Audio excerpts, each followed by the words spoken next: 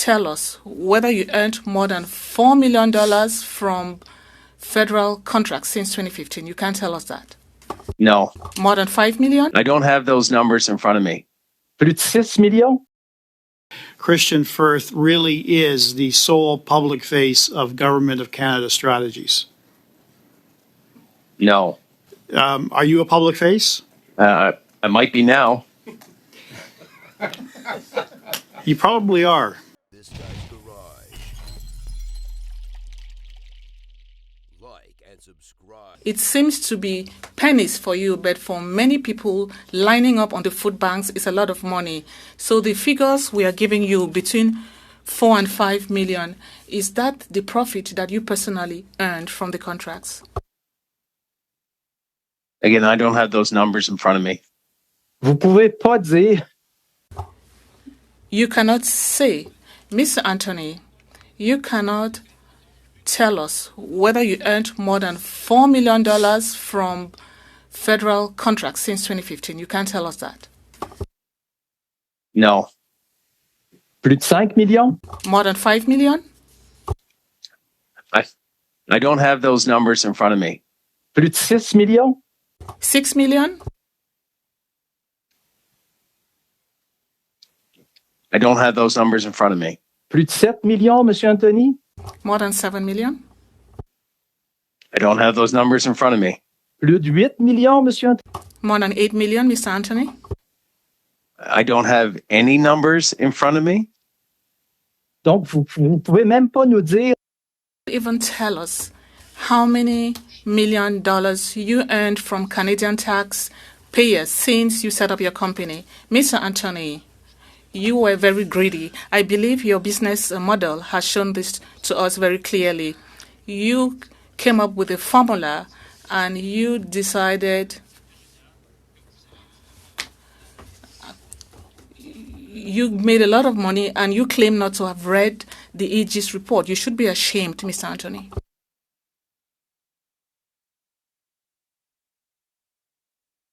Avez-vous honte, Monsieur? Are you ashamed that you are not able to tell Canadians how much you earned from Canadian taxpayers using your business model that involves making a lot of money without any technical knowledge? No. Merci beaucoup, Monsieur le Président. Thank you very much, Chair. Nothing else for this witness. You're being the security officer. I'm just going to go through the steps. There's security requirements checklist. And then there's document safeguarding. Then there's facility security. And all of those steps are then signed off by whom? Well, if you have those requirements... Once you've submitted them, who signs those off? PSPC. So public official, somebody in the bureaucracy. Yes. How many people sign those off? I think there's a team of people there. I have numerous names. Is it supposed to be names. 4? Or do you know the rules around that? Is it supposed to be 4? I have no idea. So okay. So let's just say somebody signs those, what you've submitted, wherever, over the portal. Yep. Somebody has to sign those off. Yep. And it's public officials. Do you get a response from somebody? I do. Who is that? It would be, I don't have the name in front of me. I'm happy to go through my emails and send you Yeah, the... if you could please submit who signs those, which public officials sign off what you submit. I'm just going to go into, ultimately what I've sort of seen is like there's a lot of relationships here. You know the folks at Cordix, you know the folks at Dalian, you know others, and you're a recruiter. You said you're a recruiter. Everyone out there seems to be sort of sharing. There's subcontractors who probably work across other companies. Is that true? Yes, that's true. Subcontractors are free to work with whomever they want. Okay. So now you got public officials signing off. There's a whole industry of people like yourself, and you have all these subcontractors who probably over time become known, and everybody knows who's who, and this sort of brings me back to everybody working. Everybody knows the system. It's been the same since 2003, has not changed.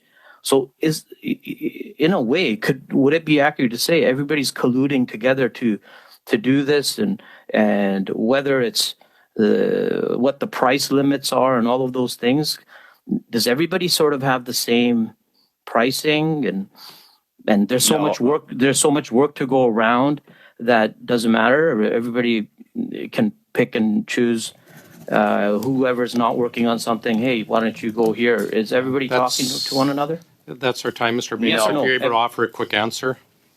No. The work of GCstrategies on ArriveCan, was it supervised, verified, and approved by the competent authorities? And I'm talking about the border services. I don't have that information. Vous personnellement. You personally, be it the border services as part of the ArriveCan contract, who supervised you from the CBSA? Who asked you questions? I have no information on that. Donc, vous ne savez pas. So you do not know whether anyone asked you questions about your work on ArriveCan? Very well. OK, merci. Donc, personne. So no one questioned you. Yes, I'm asking questions to try to understand how GCstrategies work, how numbered companies function, the numbered companies that you own. But I'm trying to understand as well how we lose control of management of public funds and taxes of Canadians. And where do those taxes go? The money that was received from GCstrategies, did some of it go to subcontractors, and did some of it go into your pockets? Well, the one that you pocketed, is it still in Canada?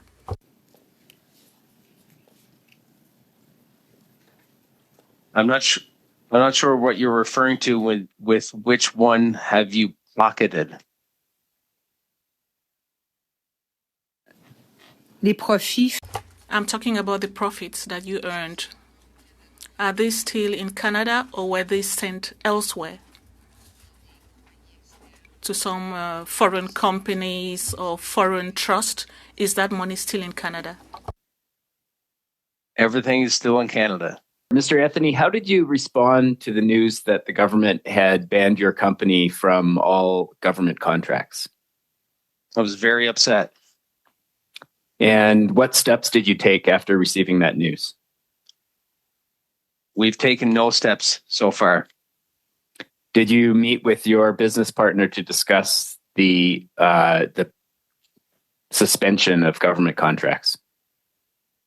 I made him aware that we were no longer able to do business with the federal government. So this news was communicated to you, and then you communicated it to Mr. Firth?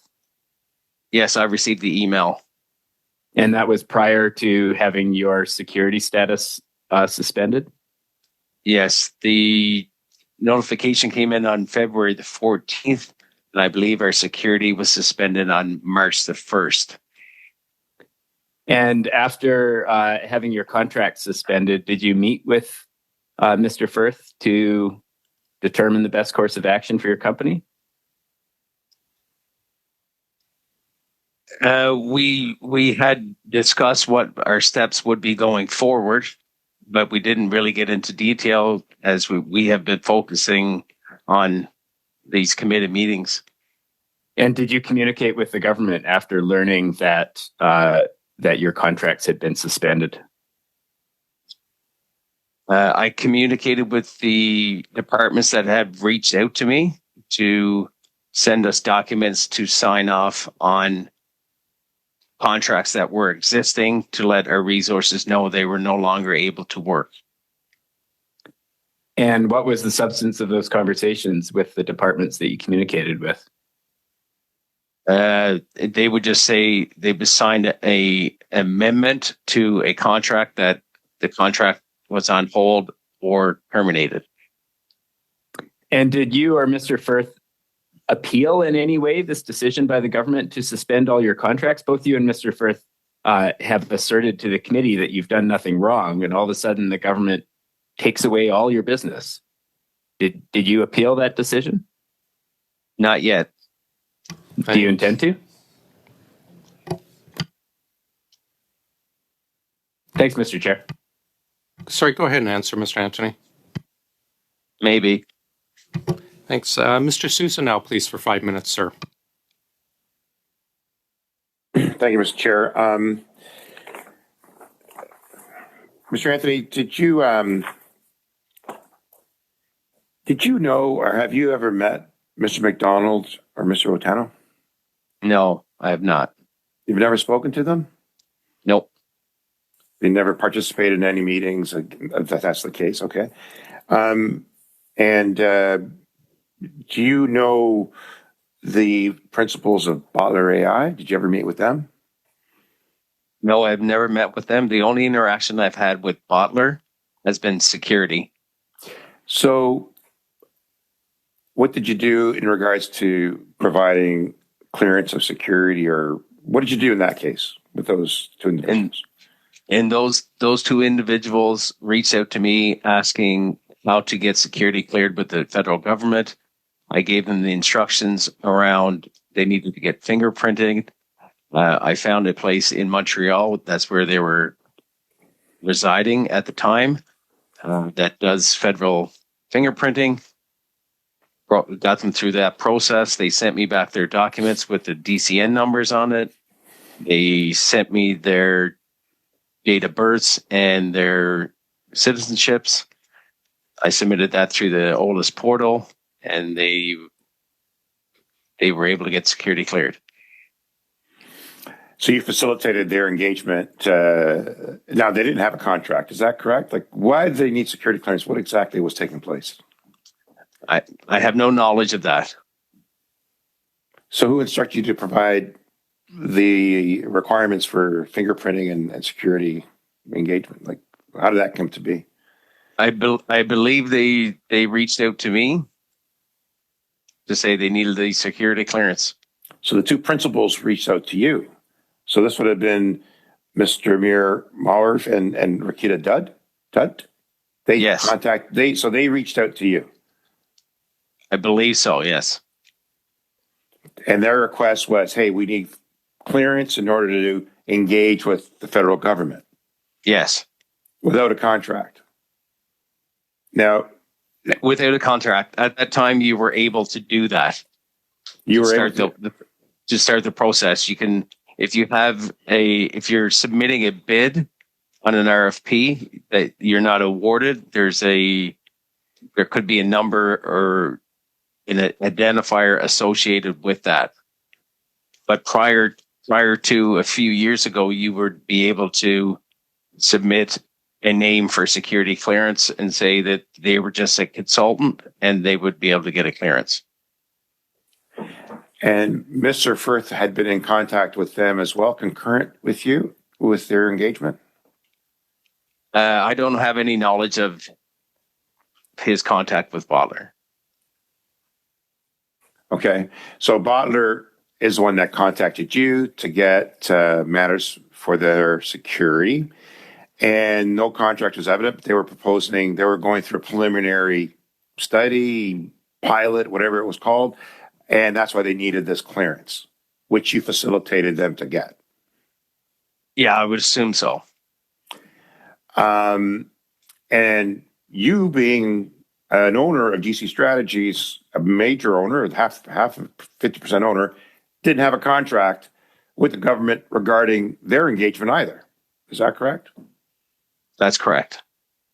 So GCstrategies doesn't have a contract. Butler doesn't have a contract. So you're facilitating security clearance for them to potentially get a contract. Yes. And there was no RFP. There was no request for contracts because there was nothing being proposed at that point. There was no RFP. No. Are you aware there are accusations against GC Strategies and how they operated relative to their conduct? I have no knowledge of that.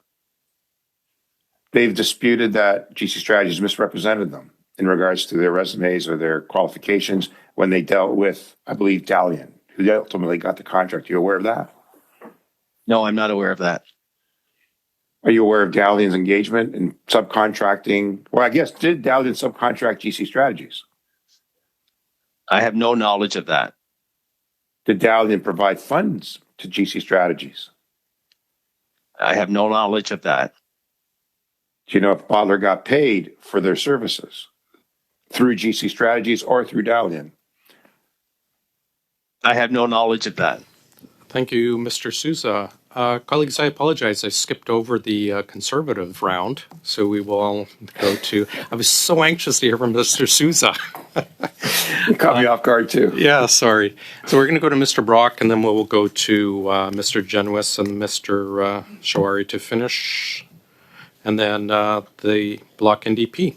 Go ahead, Mr. Brock. Thank you, Chair. Mr. Anthony, do you currently have, or have you had in the past, any relatives working with the Government of Canada? No. All right. You'd agree with me, sir. I'm going to ask you a number of rapid-fire questions. You'd agree with me, sir, that Christian Firth really is the sole public face of Government of Canada strategies? No. Point of order, Mr. Chair. Yeah, Mr. Sousa. I don't believe it's called Government of Canada GC Strategies. Order. I think that's the name of the company. Yeah, We've already resolved yeah, it's that. not a point of order, Mr. Sousa, but thanks. Mr. Brock, continue, sir. Are you a public face? I might be now. You probably are. Yeah, that's a good observation.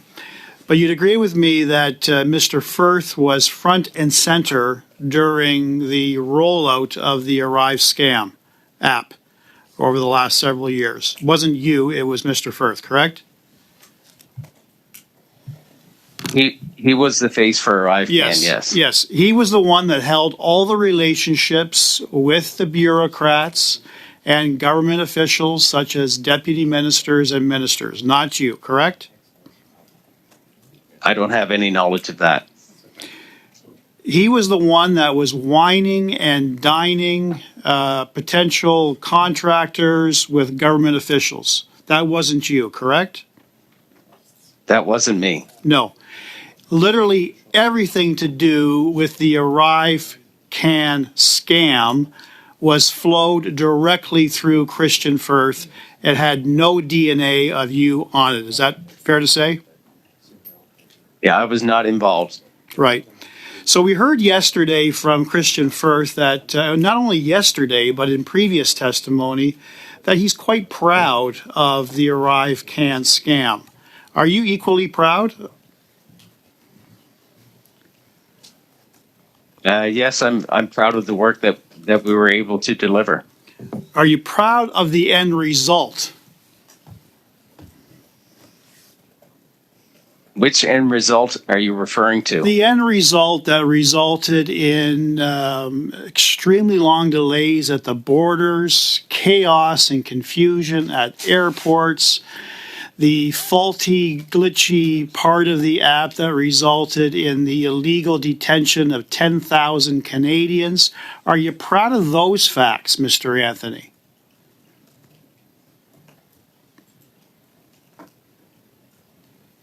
Yes or no? I have no knowledge of that. Come on, Mr. Anthony. You read papers. You watch the news. Were you living under a rock for the last 3 years? Did you not experience the frustrations that millions of Canadians had at airports, border crossings? You want this committee to believe this lie that you have no knowledge of those basic facts? Come on. No one believes you. I certainly don't believe you. Do you think Canadians got value for their money for the ArriveCan scam? We were asked to do a job for a price, and we did it. A price that was originally estimated at $80,000 that was multiplied 750 times to around $60 million. Is that, sir, value for the money? I have no knowledge of that. Of course you don't. You were completely unable to answer relevant questions from numerous members of this committee. Will you ultimately answer questions that are put to you by the RCMP? If the RCMP reaches out, I will cooperate with them. Thank you. Those are my questions, Chair.